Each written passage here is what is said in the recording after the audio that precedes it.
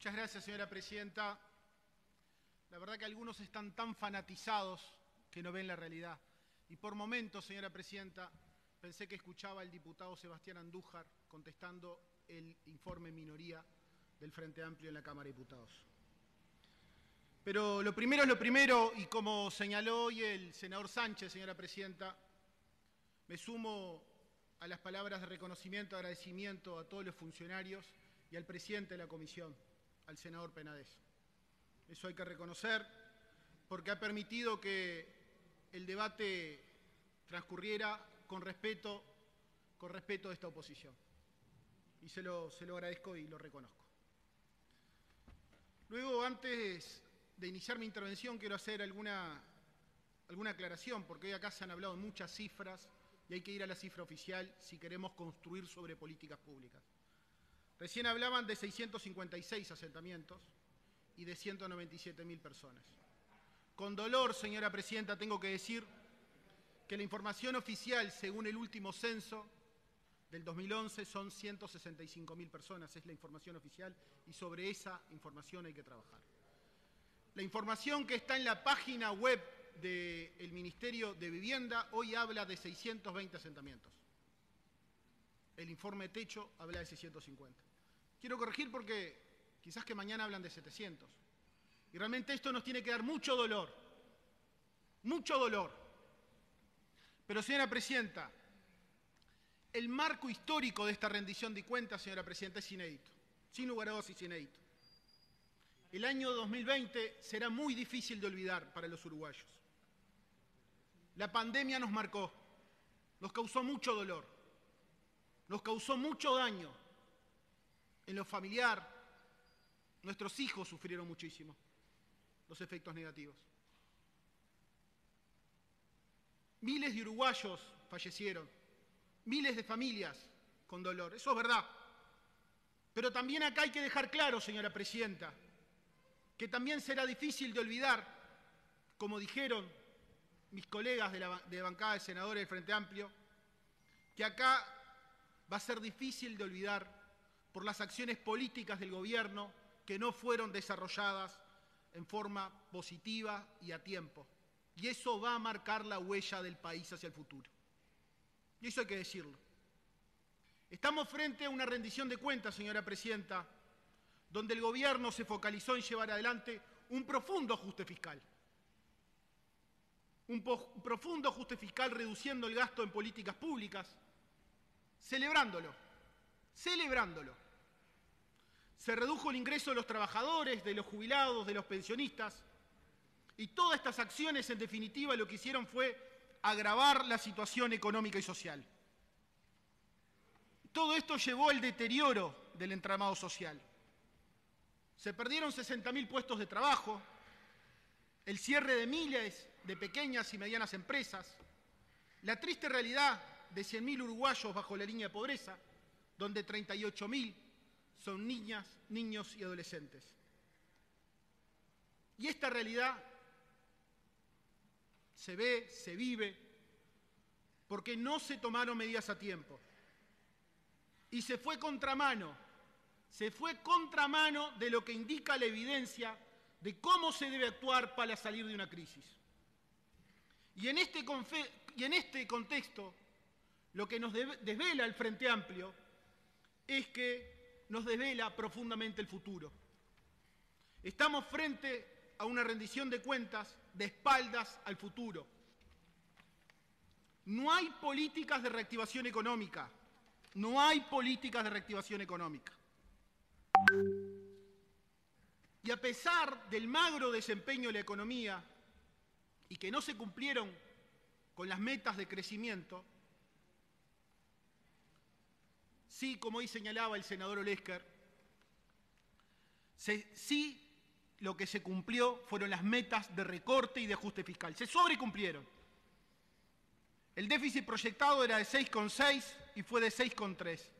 Y esto significó un sobrecumplimiento de la meta fiscal. Es decir, en el año de pandemia se decidió ir a profundizar el ajuste, más allá del propio diseño que habían realizado en materia de política económica.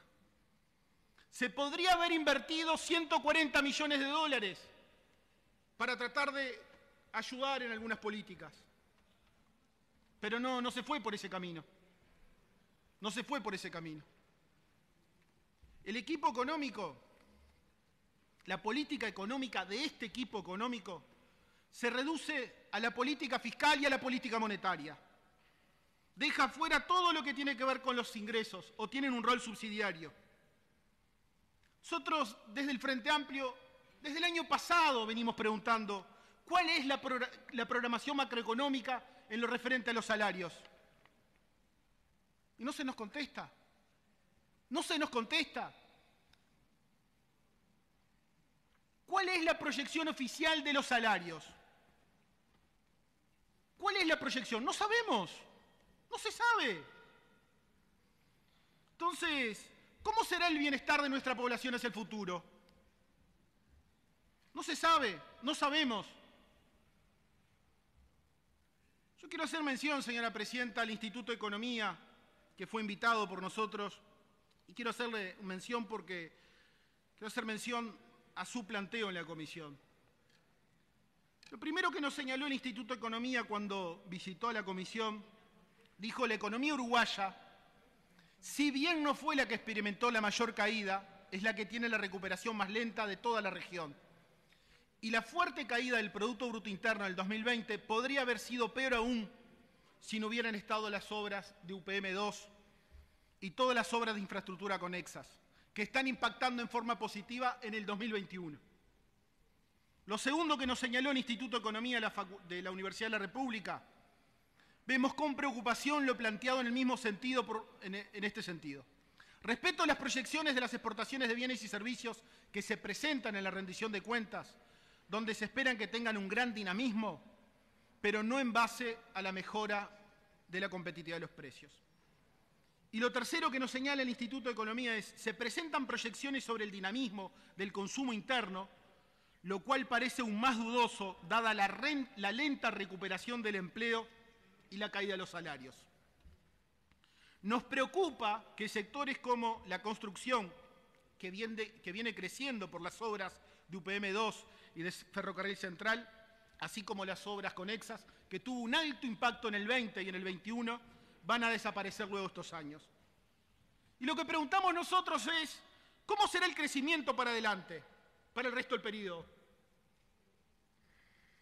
Esto nos gustaría que nos contestara el equipo económico, porque no nos han dado respuesta. Entonces nosotros podemos afirmar con claridad, con tranquilidad, que la insuficiencia en las políticas públicas desarrolladas por el ajuste aplicado por el gobierno trajo como consecuencia contracción de la economía, achicamiento de la economía, pérdida de miles de puestos de trabajo, cierre de empresas y, como dijimos, 100.000 nuevos pobres. Y podemos decir que a través de esta política económica que se está aplicando hay una concentración de la riqueza y hay algunos datos, como hoy lo señalaron algunos de nuestros legisladores. Por ejemplo, el primer dato, la evolución de los depósitos que maneja el sistema financiero local. A julio de este año, 2.800 millones de dólares, sin contar los depósitos en el exterior. Mientras hay pérdida de salarios, mientras hay achicamiento del mercado interno, otro dato que vimos fue el aumento de la recaudación de la DGI. Y el aumento de la recaudación de la DGI lo vimos por los tributos relacionados a las rentas al capital y al consumo suntuario de bienes. Y algunos expertos señalan algunos expertos, que en la recaudación de un organismo tributario, allí uno ve cuál es la orientación y cuáles son las prioridades de la política económica. ¿Cuánto se paga de impuestos? ¿Quiénes están pagando? Si hay recuperación, se ve si hay recuperación o quiénes se está beneficiando. Y lo que se ve claramente al analizar el organismo tributario uruguayo es que hay un aumento de la recaudación en términos reales, por ejemplo, en lo que va de enero a agosto, donde aumentó 6,5 si comparamos con el igual periodo del año 20, pero si se compara con el 19, el aumento es de 1,5 en términos reales.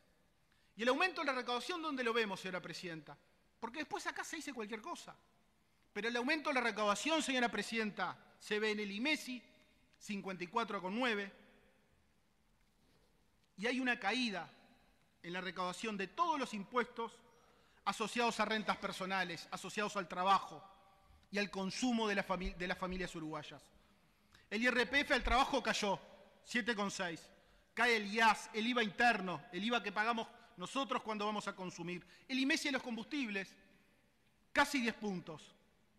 ¿Y esto qué deja en evidencia, señora presidenta? Deja en evidencia que la caída del ingreso de los hogares uruguayos. Esa es la evidencia. Esa es la verdad. Esa es la realidad. Por otro lado, ¿qué aumentó? Los impuestos asociados al capital, a las rentas empresariales, a la propiedad.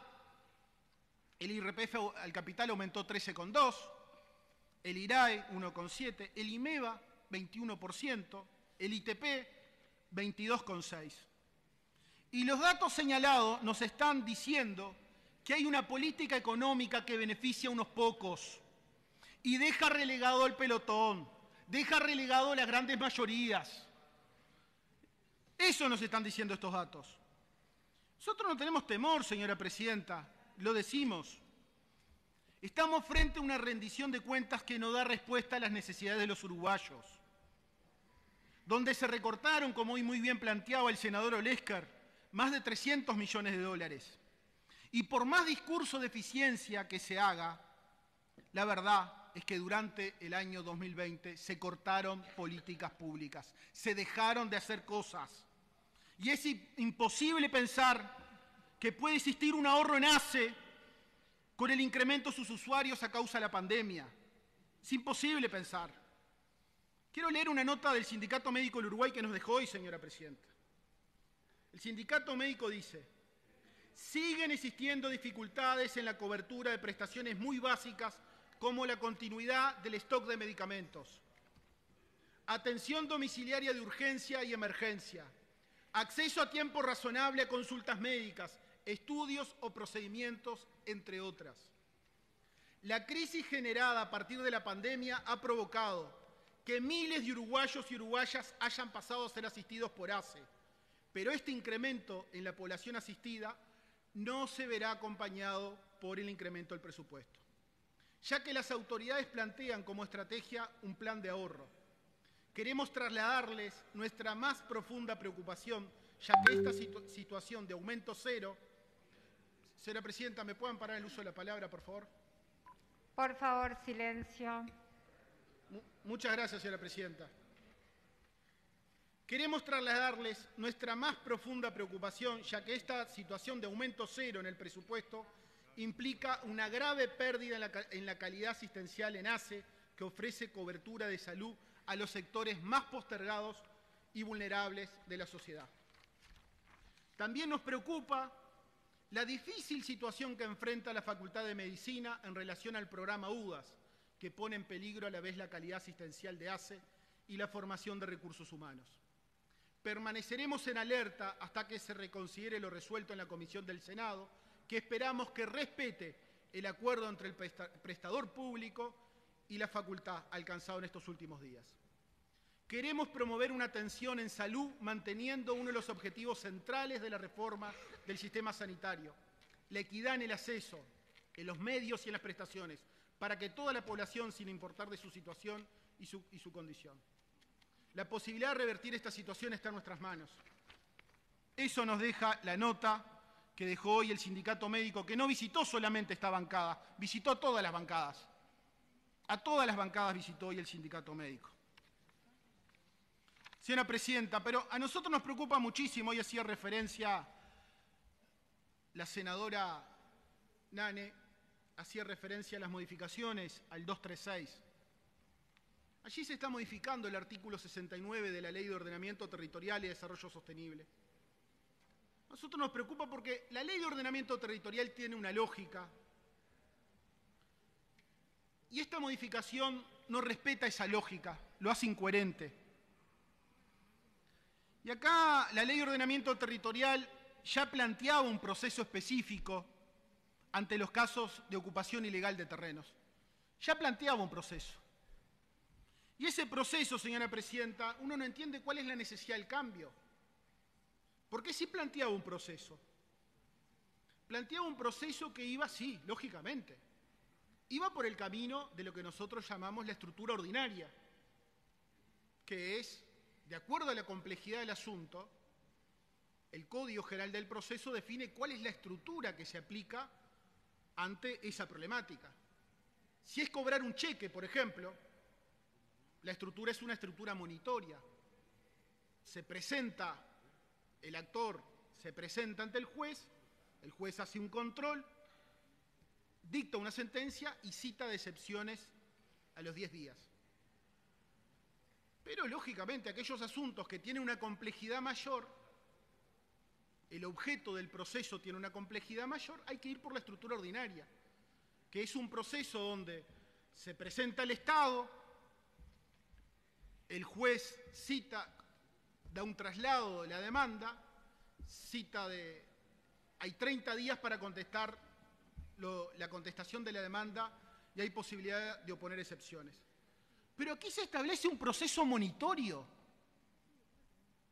es decir, ese proceso donde cuando se presenta el Estado, el juez ya dicta la sentencia, pero va a tener más garantías en este país el que va a cobrar un cheque que las personas que están en una situación de vulnerabilidad social, que aquí se le da 6 días.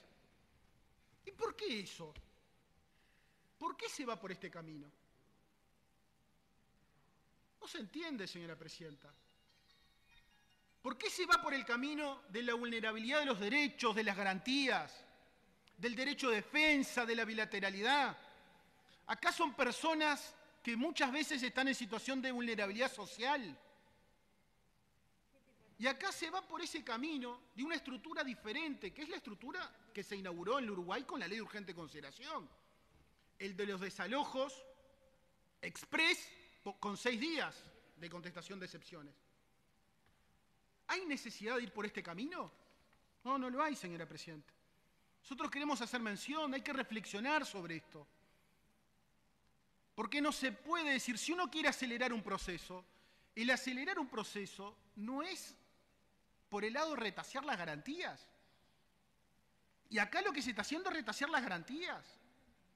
Pero además acá, estas personas que están en una situación de vulnerabilidad social, si no pueden recurrir a un abogado, muchas veces no pueden recurrir, pero si recurren, quizás que pueda haber hasta un error del profesional.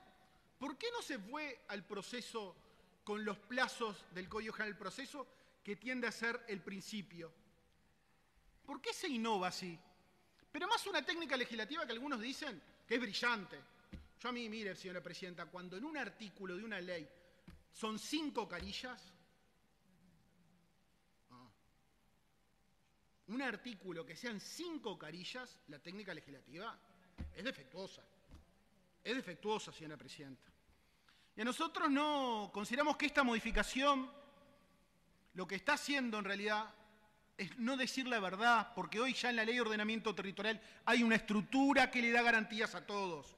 Lo que está haciendo esta modificación es esconder que atrás de esto hay un proceso de estructura monitoria que se decreta liminarmente el desalojo con excepciones por 6 días, excepciones limitadas. En el proceso de estructura monitoria del Código General del Proceso no hay excepciones limitadas. Aquí sí. Aquí sí. Entonces realmente no entendemos. No entendemos las excepciones limitadas. No entendemos por qué personas en situación de vulnerabilidad social se va por este camino. La estructura monitoria, pero no en los plazos que establece el Código General del Proceso. Nuevos plazos. No tiene sentido que se recorten días para ejercer el derecho de defensa. Usan el mismo plazo, como dije, de los 6 días de la Ley de Urgente Consideración. La celeridad de los juicios no va por acortar plazos, no va por recortar plazos. Silencio, por favor, silencio. Muchas gracias, señora presidenta. Silencio, por favor. Senador, si quiere por una aclaración, continúe El resto es decorado. Habla el senador Charles Carrera. Muchas gracias, señora presidenta. Muchas gracias. La celeridad de los juicios no va por recortar los plazos. Las personas en situación de vulnerabilidad no se van a poder defender. Recortar las garantías es inconstitucional. No hay que tocar el derecho de defensa. No se respeta la bilateralidad. No se escucha a la otra parte y eso es un error. Esta forma de legislar conduce a procesos jurisdiccionales autoritarios y arbitrarios. En materia de garantías procesales no se puede tocar, no es necesario. No es cierto que la Ley de Ordenamiento Territorial no establecía un proceso. Esto es un error, esto hay que rever. Hay que reverlo. Y las situaciones de vulnerabilidad social merecen otro tipo de tratamiento y consideración. Merecen otro tipo de tratamiento y consideración. Quedamos impactados, señora presidenta, cuando vimos un artículo, 5 carillas en un artículo en la comisión el jueves de la semana pasada. Y como decía la senadora Nane, rechazamos el establecimiento de una responsabilidad solidaria de los gobiernos departamentales que tienen que hacerse cargo de los costos de los procedimientos de realojo. Lo rechazamos. Y por último, señora presidenta, con absoluta tranquilidad lo decimos desde el Frente Amplio, con absoluta tranquilidad, esta rendición de cuentas es absolutamente insuficiente para atender la situación que atraviesa el país. Y por eso repetimos, es una rendición de cuentas sin futuro y de espalda a la necesidad de los uruguayos. Muchas gracias, señora presidenta.